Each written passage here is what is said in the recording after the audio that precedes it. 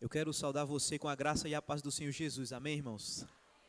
E eu quero também parabenizar você, pai, por esse dia tão importante, tão singular, esse dia tão abençoador, queridos irmãos.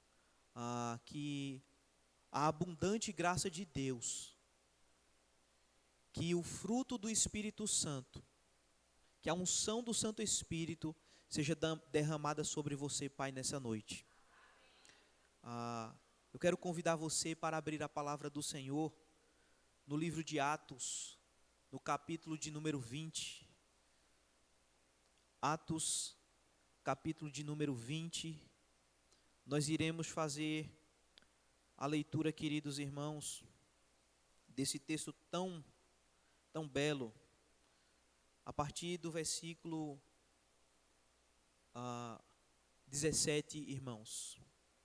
Atos, capítulo 20, do versículo 17 até o versículo de número 35.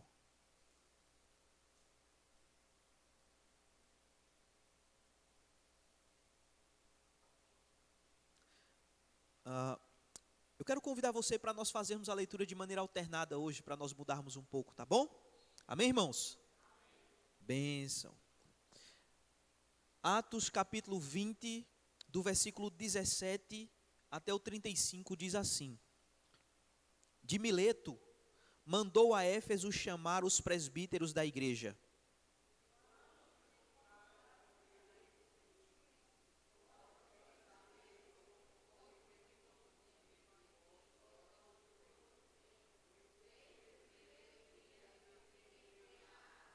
Servindo ao Senhor com toda humildade, lágrimas e provações que, pelas ciladas dos judeus, me sobrevieram.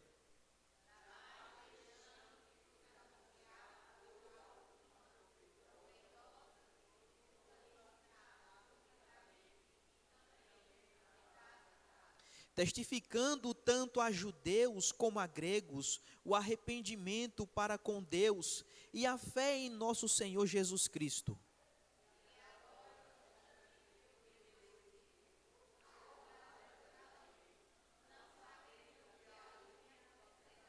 Senão que o Espírito Santo, de cidade em cidade, me assegura que me esperam cadeias e tribulações.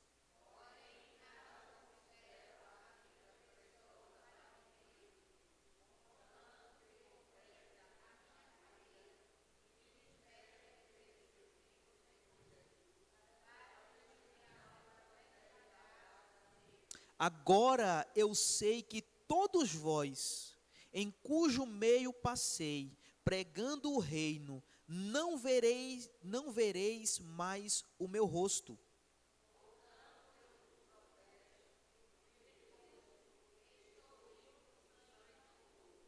Porque jamais deixei de vos anunciar todo o desígnio de Deus.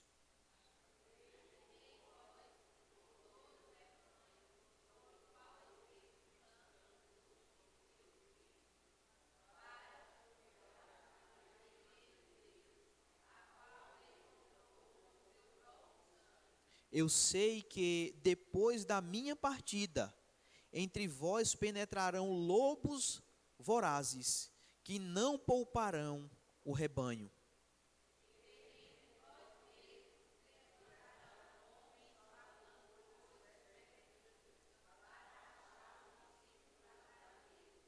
Portanto, vigiai, lembrai-vos de que por 3 anos, noite e dia, não cessei de admoestar com lágrimas a cada um.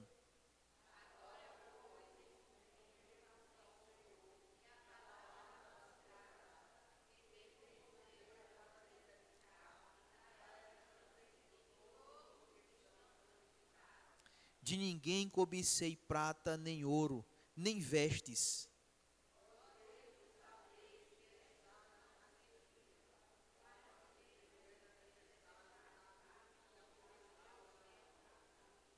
Tenho-vos mostrado em tudo que, trabalhando assim, é mister socorrer os necessitados e recordar as palavras do próprio Senhor Jesus, mas bem-aventurado é dar do que receber.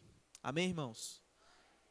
Que o Senhor Deus, por meio do seu Santo Espírito, tenha piedade de nós nessa noite e nos faça entender a sua palavra. Queridos irmãos, a Igreja Presbiteriana do Brasil comemorou no último dia 12, 163 anos de vida. Hoje nós estamos, irmãos, presentes em todos os estados da nossa federação. E já temos mais de 2.000 igrejas, com aproximadamente, queridos irmãos, 1 milhão de membros.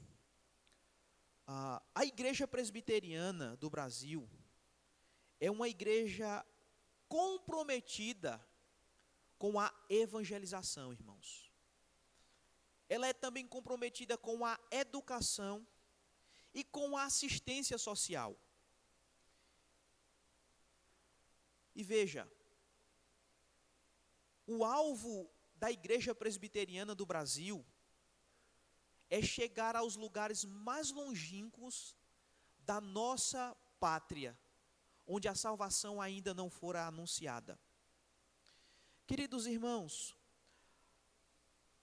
a Igreja Presbiteriana do Brasil, ela foi plantada por um jovem pastor, Ashbel Green Simonton, que saiu dos Estados Unidos, queridos irmãos, e veio para o Brasil.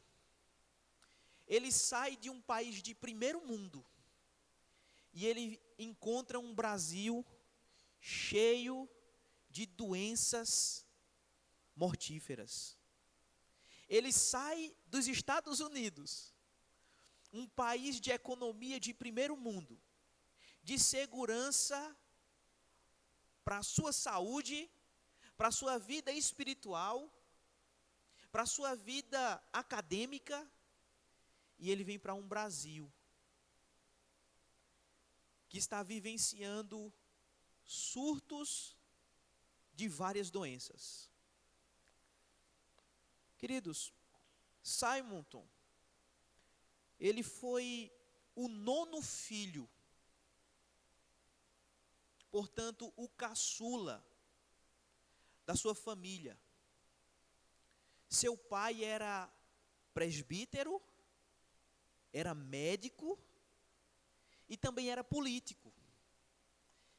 Ele não saiu de uma família que não tinha nem eira nem beira nos Estados Unidos. Ele não deixou os Estados Unidos porque lá ele estava com dificuldade financeira, com insegurança no lar. Não. Ele sai dos Estados Unidos, tendo um pai estável na sua igreja, sendo médico e tendo influência política. O pai de Simonton foi eleito, queridos irmãos, deputado do Congresso Nacional por 2 vezes. O jovem Simonton, ouvindo um sermão de um pastor chamado Charles Hodge. Você lembra, Alexandro, daquela teologia?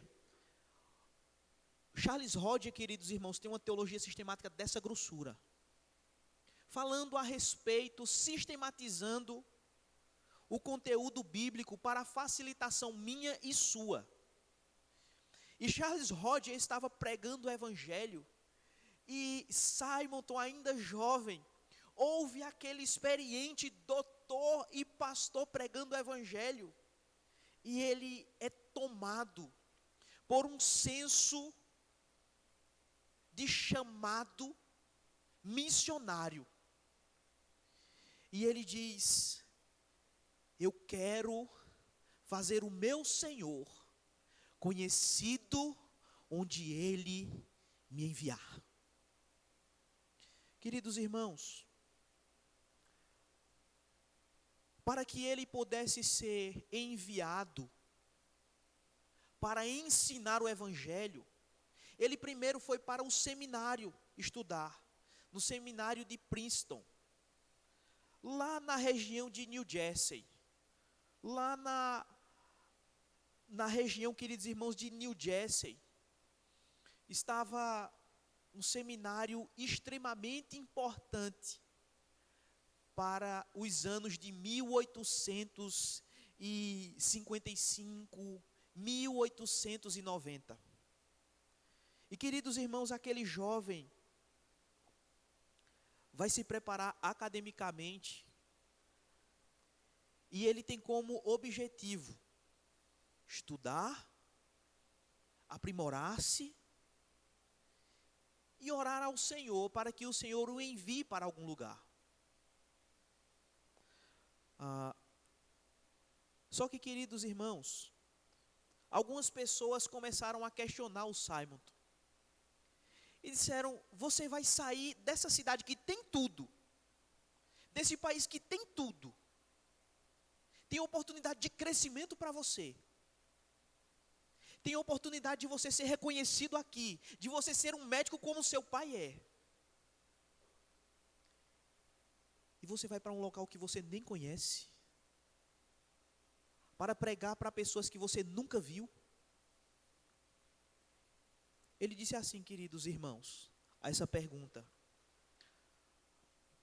a única segurança da minha vida não está em minha família ter bens, não está em meu pai ser médico, ou ser um político, um deputado do Congresso Nacional. A minha segurança está na minha submissão à vontade de Deus e aos propósitos divinos que Ele tem para a minha vida. Sob a direção de Deus, eu irei. O lugar de perigo não é o Brasil. O lugar de perigo é o local onde eu não estarei fazendo a vontade de Deus. O lugar problemático para a minha vida não é o local onde doenças assolam. O local de perigo é onde a presença de Deus não se faz presente. Eu irei, porque na presença de Deus, no lugar mais difícil que o Senhor me colocar, abrigado e seguro, eu estarei. Essas são as palavras de Simonton, queridos irmãos. Veja só, irmãos. Esse jovem se casa. E Simonton se casa e logo com pouco tempo, Simonton fica viúvo. Mas antes dele ficar viúvo, nasce-lhe uma filha chamada Ellen, nome também da sua esposa. Sua esposa era muito amada por ele, mas ele amava mais a Cristo do que a sua própria esposa. O jovem pioneiro, queridos irmãos, chega ao Brasil e ele começa a conhecer a região do Rio de Janeiro. E ele começa a pregar o evangelho ali. E ele desenvolve um trabalho de escola bíblica dominical com crianças. 5 crianças, Simonton começa o trabalho de escola bíblica dominical. E dali, queridos irmãos, ele tinha basicamente 3 materiais em mãos para trabalhar. Ele usava a Bíblia, os catecismos e o livro O Peregrino. Foi com esse trabalho tímido, simples, embrionário, que Simonton organizou a primeira igreja presbiteriana do Brasil, na cidade do Rio de Janeiro.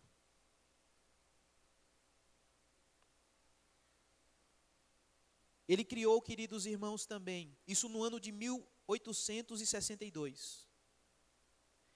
Ele, naquele trabalho embrionário, ele também começa a criar um jornal chamado Imprensa Evangélica, para fazer com que a mensagem do Evangelho chegasse mais e mais pessoas. Ele organizou, queridos irmãos, o primeiro presbitério no Brasil. E, queridos, passam-se os dias, passam-se poucos anos, e ele consegue ordenar um homem ao sagrado ministério como pastor. JMC, José Manuel da Conceição. Um homem que era padre, que vivia à sombra da Igreja Católica Apostólica Romana. Mas que quando Simonton começou a mostrar para ele as Sagradas Escrituras, ele logo percebe que as Sagradas Escrituras não ensinam diversas coisas que a ICAR ensina. E José Manuel da Conceição se converte e agora deixa de ser padre e passa a estudar teologia reformada e é ordenado. Antes dele ser ordenado, queridos irmãos, ele recebe um título, na verdade um apelido. Chamavam José Manuel da Conceição de o padre protestante, dada a influência desse jovem. Mas, queridos irmãos, dia 9 de dezembro de 1867, aos 34 anos de idade, na cidade de São Paulo, Simonton recebe uma visita. E a visita chama-se a morte. Ele morre aos 34 anos de idade. Só que antes dele morrer, os presbiterianos estavam preocupados. Porque como a igreja do Senhor iria continuar se aquele jovem que começou, que desenvolveu, que fez crescer, que chorou, que orou, que jejuou, para que a igreja crescesse, agora está morrendo. E chegam no leito de morte dele e dizem: Simonton, o que será da igreja presbiteriana? E ele diz: Deus levantará alguém para tomar o meu lugar. Ele fará o seu trabalho com os seus próprios instrumentos. Nós só podemos nos apoiarmos nos braços do eterno Deus nesse momento e nos aquietarmos, porque os instrumentos dele, ele levantará. Queridos irmãos, dada essa ilustração, eu gostaria de mostrar para você, querido irmão, à luz desse texto, como o Senhor Deus tem mantido a sua igreja. A igreja não depende de mim, querido irmão, não depende de você. A igreja depende do braço do nosso Deus, que é onipotente e que decide usar vasos pequenos, limitados, levantados, pecadores como eu e você, para levarmos o evangelho genuíno do Senhor Jesus Cristo a todo pecador, para que ele se arrependa. Veja, queridos irmãos, nesse texto que nós temos em mãos aqui, Paulo diz aos anciãos de Éfeso que o Espírito estava impulsionando ele a terminar a obra que Jesus Cristo tinha lhe conferido no meio da igreja de Éfeso. E ele estava indo para Jerusalém para continuar a obra que o Senhor havia confiado a ele. Essa obra, queridos irmãos, é tão somente uma: testemunhar o evangelho da graça de Deus, conforme o versículo de número 24, irmãos. Ele havia recebido essa atribuição, amados irmãos, de levar o evangelho para as cidades gentílicas, não dos homens, mas ele havia recebido esse ministério do próprio Deus, amados irmãos. Então veja só, queridos, eu gostaria de nessa noite mostrar a você que o Senhor continua impulsionando a sua igreja para proclamar o evangelho, querido irmão. Eu e você, nós somos instrumentos de Deus para levarmos as boas novas aos corações perdidos. Eu gostaria de mostrar para você o primeiro princípio aqui no texto. Veja comigo, por gentileza, o verso de número 22 a 24, para nós recapitularmos o texto. E agora, constrangido em meu espírito, vou para Jerusalém, não sabendo o que ali me acontecerá, senão que o Espírito, de cidade em cidade, me assegure que me esperam cadeias e tribulações. Agora, queridos irmãos, veja comigo, por gentileza, que o verso de número 22, ele vai dizer que ele agora foi constrangido em seu espírito para ir para Jerusalém. Primeiro princípio aqui, queridos irmãos, que eu gostaria de compartilhar com você, é que o Espírito Santo, ele nos impulsiona a fazer a obra do Senhor. Veja comigo, o Espírito coloca no coração do apóstolo Paulo o zelo de pregar o evangelho. O evangelho, queridos irmãos, não para os nobres apenas, não para os doutores da lei, não, é para todos os perdidos. Ou seja rico, seja pobre, seja doutor, seja analfabeto, o apóstolo Paulo está dizendo assim: eu estou sendo impelido, constrangido, impulsionado pelo Espírito Santo para voltar para Jerusalém e lá continuar a proclamação do evangelho, queridos irmãos. Ele foi compelido, queridos irmãos, a mesma semelhança que o Senhor Jesus Cristo foi compelido para ir para o deserto. Você se lembra que o Senhor Jesus Cristo, ele um dia, lá em Marcos capítulo 1, ele foi compelido para ir para o deserto, e lá ele foi o que, irmãos? Tentado por Satanás. Lembra disso? Essa palavra compelido, induzido, impulsionado, é a mesma palavra aqui que o apóstolo Paulo está usando. Ele está dizendo assim: olha, a semelhança do Senhor Jesus Cristo que foi compelido a ir para o deserto, eu sou compelido a continuar pregando o evangelho. Eu sou impulsionado a pregar essa verdade, porque não existe outro ofício para a minha vida senão esse: pregar o evangelho de maneira honesta, verdadeira, às vezes dura, mas que o nome do Senhor Jesus Cristo seja conhecido e os pecadores se arrependam. Veja, queridos irmãos, a semelhança disso, o apóstolo Pedro, ele foi impulsionado para ir pregar na casa de Cornélio. Lá em Atos capítulo 11, versículo 12.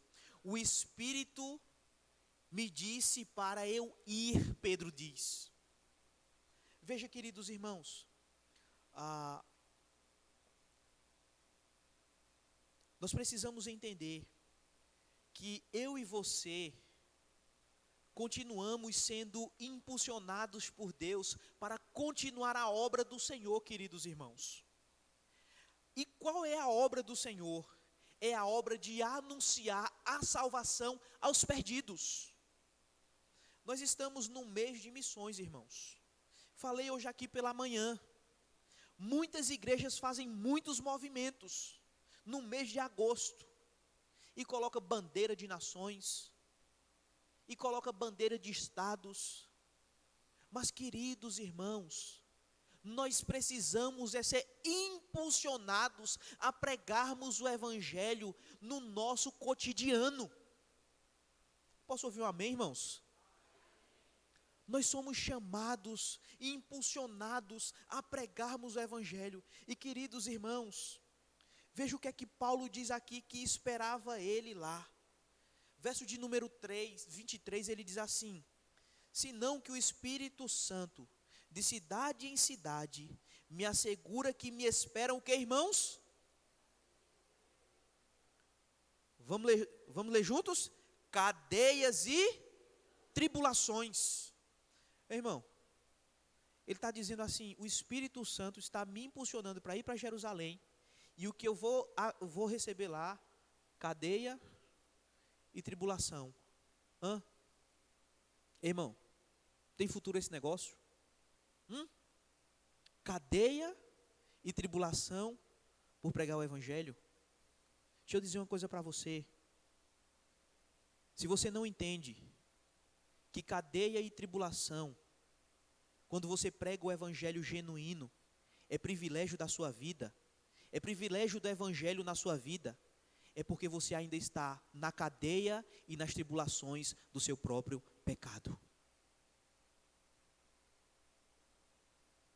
Mas, queridos irmãos, veja como é interessante. O apóstolo Paulo está sendo impulsionado. Ele está sendo impulsionado e ele está obedecendo ao chamado, à ordem do Espírito Santo. Veja só, queridos. Certa feita um teólogo disse que o Espírito Santo ele tem uma compulsão. E a compulsão do Espírito Santo é por conversão.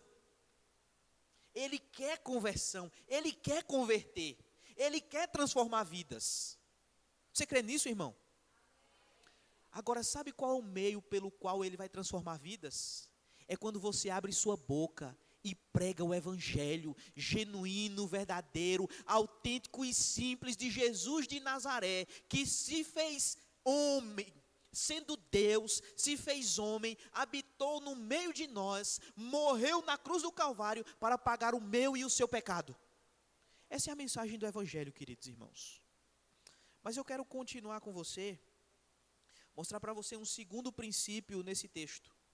O primeiro princípio é que o Espírito Santo nos impulsiona a pregar o Evangelho. Mas o segundo princípio, queridos irmãos, é que o Espírito Santo nos impulsiona a perseverar nessa missão. Veja comigo, por gentileza. O verso de número 20 em diante, até o 24. Jamais deixando de vos anunciar coisa alguma. O que, irmãos? Proveitosa, queridos irmãos. Proveitosa. E de vô-lo ensinar publicamente e de casa em casa, testificando a todo tipo de gente, judeus e gregos também. O que? O arrependimento para com Deus e fé no Senhor Jesus Cristo. E agora, constrangido em meu espírito, ou seja, convencido em meu espírito,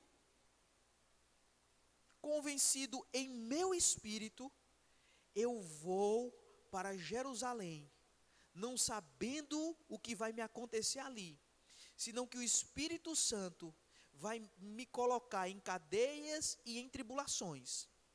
Só que o verso de número 24, queridos irmãos, diz o seguinte: porém, em nada considero a minha vida, o que, irmãos? Preciosa para mim mesmo, contanto que complete a minha carreira e o ministério que recebi do Senhor Jesus. Qual foi o ministério que ele recebeu do Jesus? Para testemunhar o evangelho da graça.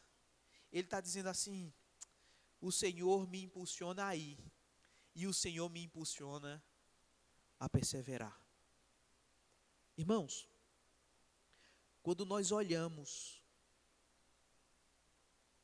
para a história do cristianismo, nós vemos quantas pessoas ficaram pelo caminho, deixaram a fé esfriando, e a fé foi morrendo, e eles já não testemunhavam mais de Cristo, e agora nem mais para a glória de Cristo vivem. Porque, queridos irmãos, esqueceram de perseverar. Você lembra que muitos são chamados, mas poucos são os escolhidos. Sabe qual o sinal que eu e você, nós somos escolhidos? É a perseverança, meu querido irmão. Uma vez que nós estamos onde Deus nos colocou, Ele vai nos conduzir o espírito de perseverança na nossa caminhada, meu querido irmão. Veja, Paulo, em seu espírito, está sendo convencido pelo Espírito Santo de Deus para continuar a sua missão. Você se lembra que lá em Corinto, Paulo estava tentado a desistir de lutar naquela igreja tão complicada, tão difícil. Queridos irmãos, o Espírito Santo lhe deu uma visão da pessoa de Cristo, que o encorajou a continuar lutando. E você vê isso, queridos irmãos, em Atos capítulo 18, verso 9 a 11. Veja comigo, por gentileza. Teve Paulo durante a noite uma visão, em que o Senhor lhe disse: não temais, pelo contrário, fala e não te cales, porquanto eu estou contigo, ninguém ousará fazer-te mal, pois tenho muito povo nesta cidade. E ali permaneceu 1 ano e 6 meses, ensinando entre eles a palavra de Deus. Queridos irmãos, a perseverança que nós temos não vem de nós mesmos. Talvez nessa noite você queira desistir de continuar o ID, de obedecer o ID do Senhor. Talvez por falta de forças você diz: eu já estou cambaleando na fé, não tem mais perseverança. Eu estou aqui de corpo presente só. O meu espírito, a minha vida espiritual, as minhas devocionais, a minha vida com Deus, acabou-se. Eu quero dizer para você que Deus, nessa noite, pode derramar sobre o seu coração perseverança, meu querido irmão. Eu quero, querido irmão, caminhar para o final, trazendo aqui algumas aplicações. Algumas aplicações, queridos irmãos. Gostaria de ficar só nesses 2 tópicos hoje à noite. O Espírito Santo nos impulsiona a ir e pregar. E o Espírito Santo nos impulsiona a perseverar na nossa missão. Querido, nós iniciamos a nossa conversa falando de um jovem pastor, Archibald Green Simon, que abriu mão do conforto da sua casa, da sua família. A pergunta é: você estaria disposto para fazer o mesmo?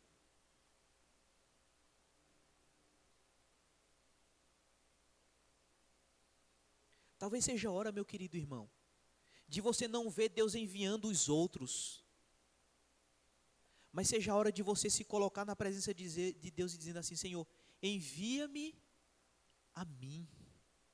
Você já fez essa oração, meu querido irmão? Senhor, eu quero ir na minha vizinhança, na minha família, mas eu quero ir além fronteiras, Senhor.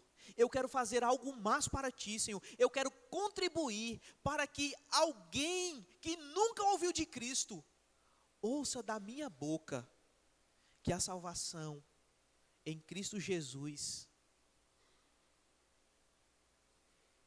a salvação o Senhor já preparou, já pagou o preço, e basta apenas aquela pessoa entregar-se ao Senhor e ser salva. Você já fez esse tipo de oração, meu querido irmão? Às vezes a gente ora demais para Deus nos abençoar, abençoar a nossa família, né? Nossa casa, nosso trabalho. Não é pecado não, irmãos. Mas você já orou dizendo assim: Senhor Deus, faz frutificar o evangelismo da minha boca?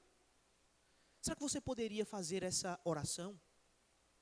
Ou você nem evangeliza? Irmãos amados, quem não evangeliza precisa ser evangelizado. E evangelizar não é chamar para a igreja não, querido irmão. É não. Evangelizar é apresentar Jesus Cristo como o Senhor e Salvador do pecador arrependido. Depois que ele entende que é pecador, depois que ele entende que não tem justiça própria, depois que ele entende que o que está reservado para ele é o inferno, aí é que vem o papel da igreja, de doutriná-lo, de discipulá-lo, até o último dia da sua vida.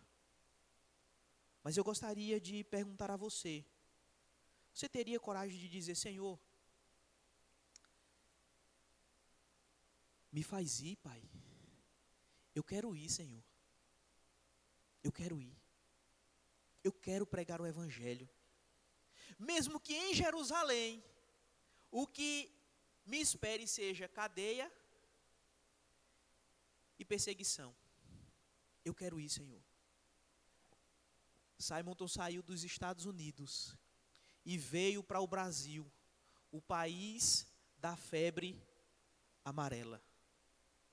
A febre amarela ceifou a vida de Simonton. Mas ele não ficou em casa. E por isso eu e você, hoje temos uma igreja saudável doutrinariamente. Hoje nós temos uma igreja que adora a Deus em espírito e em verdade. Hoje nós temos uma igreja que tem um sistema de governo bíblico. Hoje nós temos uma igreja que tem um sistema de liturgia bíblica. Hoje nós temos uma igreja, queridos irmãos, que abre as portas e prega o evangelho do Senhor Jesus Cristo. Doa a quem doer, porque um jovem de 34 anos de idade deu a vida para que eu e você hoje conhecêssemos a Jesus Cristo de Nazaré. Se disponha, meu irmão. Deixe de criticar, deixe de olhar o erro dos outros. Faça a sua parte. Faça a sua parte, meu querido irmão.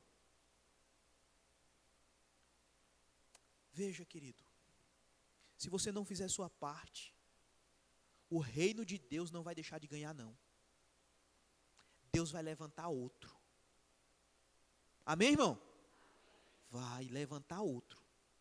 Você que tem dons e não serve a Deus, na igreja do Senhor não faz falta. Deus levanta outros. Deus não precisa nem de mim e nem de você. Deus não precisa da nossa pena. Deus quer adoradores que o adorem em espírito e em verdade e que cumpra o ID dele.